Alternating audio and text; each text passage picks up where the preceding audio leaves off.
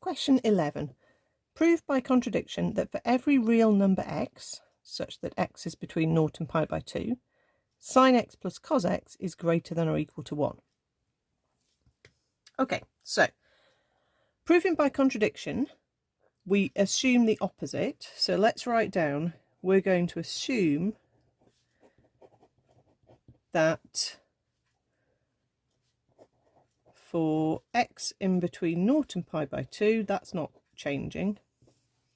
What we change is the inequality. So we are going to assume that sine x plus cos x is less than 1.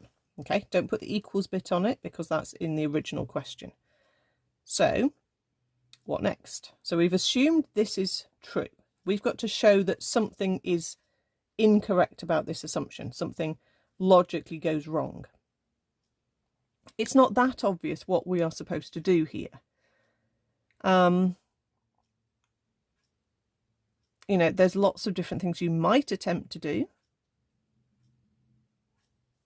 I wouldn't advise trying to join these terms together with harmonic form. That's kind of a separate question. I'm trying to think what else you might do. You're not going to turn sine, you know, into 1 over cosec, or, you know, it's not sine squared, so you're not going to turn it into 1 minus cos squared. There's lots of things that you might consider and then think maybe not.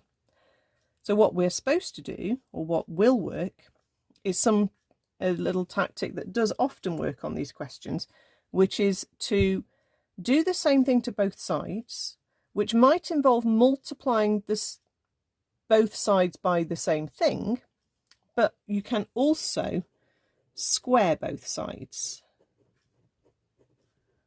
And that's the way to go here.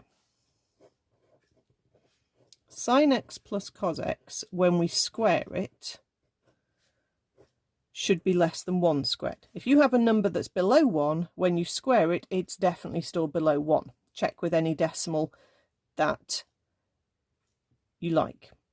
So if we square this out, we'll get sine squared x, we'll get twice the middle.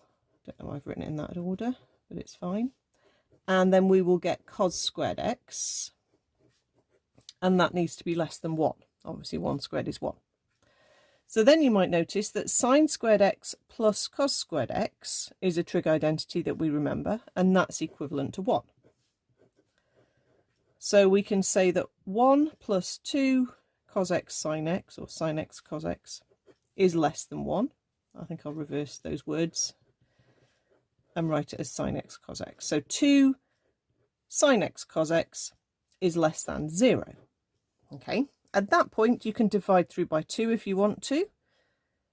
It depends on how we're going to argue that this is a problem, because remember, the whole idea is that our assumption is wrong. We're going to get to a problem soon, and at this line we do get to a problem, but it depends. There's 2 ways you can argue from here that I can think of, that, you know, obviously, which is, if you said sine x times cos x is less than 0 because you've divided by 2, you then have to use the phrase that, or the idea that x is between 0 and pi by 2. And if you think about the graphs for sine x and the graph for cos x, neither graph, okay, sine x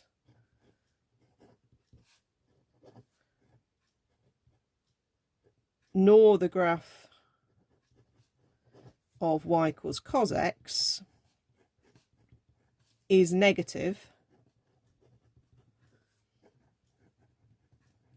between 0 and pi by 2. Therefore, the product of these terms cannot be negative. Okay, so that's one way we can argue that we've got a problem. Okay, or another thing you could do is you could spot that 2 sine x cos x is the double angle for sine 2x, okay? And then at this point, you could argue that for x being between 0 and pi by 2,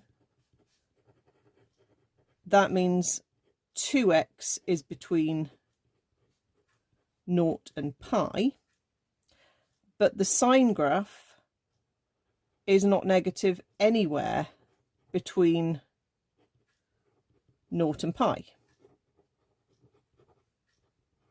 Okay, it's positive for all values between 0 and pi. So therefore, again, you're not going to have the term being negative. Okay, so whichever of those two reasonings would work. Okay, so either saying the product of sine x times cos x can't be negative because your two graphs are both positive. There's sine x and there's cos x. They're both positive in the first quadrant. Okay, doesn't matter what happens after pi by 2 there.